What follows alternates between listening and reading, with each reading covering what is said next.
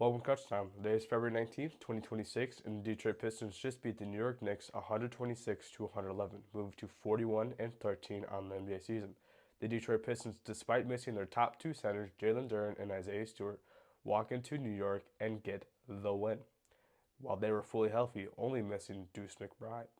Cade Cunningham led Detroit tonight. He had 42 points, while also dishing out 13 assists. He was the biggest reason the Pistons got this upset of a win. Cade dropped 42 points, 13 assists, 8 rebounds, 5 threes. That's back to back games with 5 plus threes. And he's struggled decently on his 3-point shot this most of the season, only shooting about at a 1 and 3 clip. But last two games have been a step up, more like what we saw last year. He was comfortable pulling up that shot when he had a little bit of openness. He would pull it. He hasn't done that as much this season, or when he has been making it. But last two games have been a well improved difference. Um, that's really just one part of this game that was kind of missing a little bit. But man, when he's making it, he's unstoppable because he's always good in the mid range. He's always good on the inside. 3 pointer struggles a little bit, but man, last two games, insane. I mean, Cade felt like was unguardable tonight. He had the big poster because Cat is a cone on defense, which is known, and got a poster and then flex on New York, flex on the crowd. I'm getting hype, and then one of the meanest step backs. Cade steps backs on Jeremy Shohan, who actually was playing decent defense in his minutes tonight. When he just kind of joined the team, joining from the Spurs, steps back, makes a three, and just screams. Just Shohan's face. I mean, uh, don't see Cade super like mad or like energetic in that way. But man, it's exciting to watch when he is. I mean, it's a treat. You only get it a couple times in a season. And usually it's against New York, and happen again because Cade has a vendetta against New York after losing them in the playoffs this last year, and he don't want to lose them against them one more time. Uh, and they sweep them.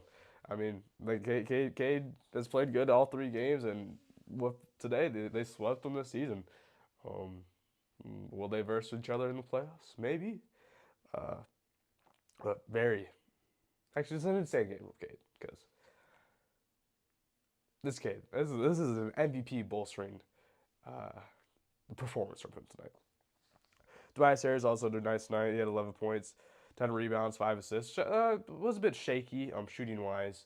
Missing some stuff that he should have got in, but when he was making it, was good momentum pushing, and just was rebounding well, was playing defense well for him.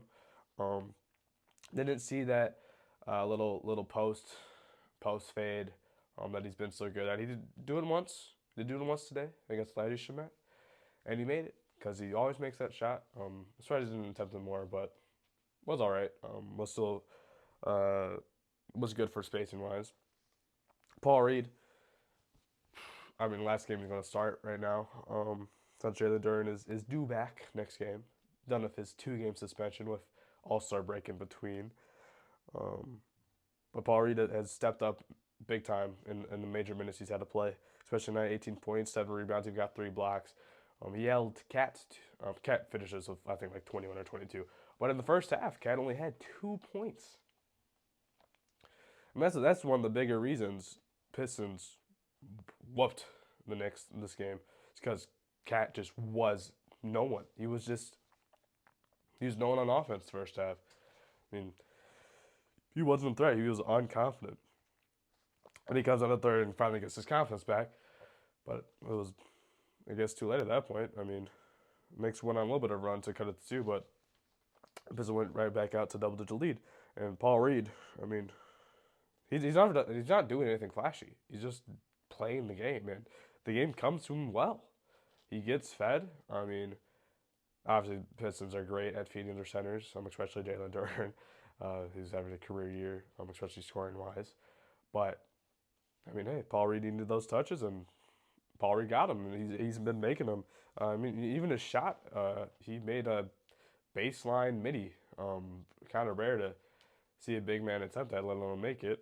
I mean, he was pretty open on it, but still, his little funky funky little jumper he's got. Um, went in. He has a nice shot. I mean, I'd say it's a better jumper than Jalen Dern, but uh, Jalen Dern also doesn't shoot the jumper too much, especially not from three. Paul Reed can still stretch it out a little bit more than JD. But Paul Reed had to start 2 games, had two very nice games. Had to play the second half of the Hornets game, had a very nice game. Whenever Paul Reed has to play big minutes, he's gonna step up and in his role. I've never had a disappointing game for Paul Reed as his time in Detroit. Asar Thompson had a nice all-around game: 10 points, 5 rebounds, 4 assists, 3 steals. I think shot 4 for 8, so 50%. Just a nice all-around game. Defensively, was on Brunson most of the night, and Brunson had a nice night. Nice night. Um, he was also making some tough shots. I mean, Brunson is a very good player. He's an All NBA caliber player. He's an All Star caliber player. There's no dismay in that. No saying otherwise. But a star, very nice night. Just defensively, just all around. I think two of those steals came in that last little stretch that put the game completely away. Then Javante Green, you got to give him his flowers. Had 9 points, had 5 rebounds, had two steals. Again, I think at least one of those steals came in that last kind of garbage minutes when Pistons. I already secured it, but still gonna play hard because I don't know. It's the Knicks. I hate the Knicks. The bad? Nothing. I mean, come on. Nothing. No one played bad. I mean, I think Ron Holland was the only player with a negative plus minus, and he was -1, and he had like 7 points. Had perfect, was 3 for 3 from the field, even made it three. So whatever, man. Pistons played good. Pistons beat the Knicks. Pistons sweep the Knicks this regular season.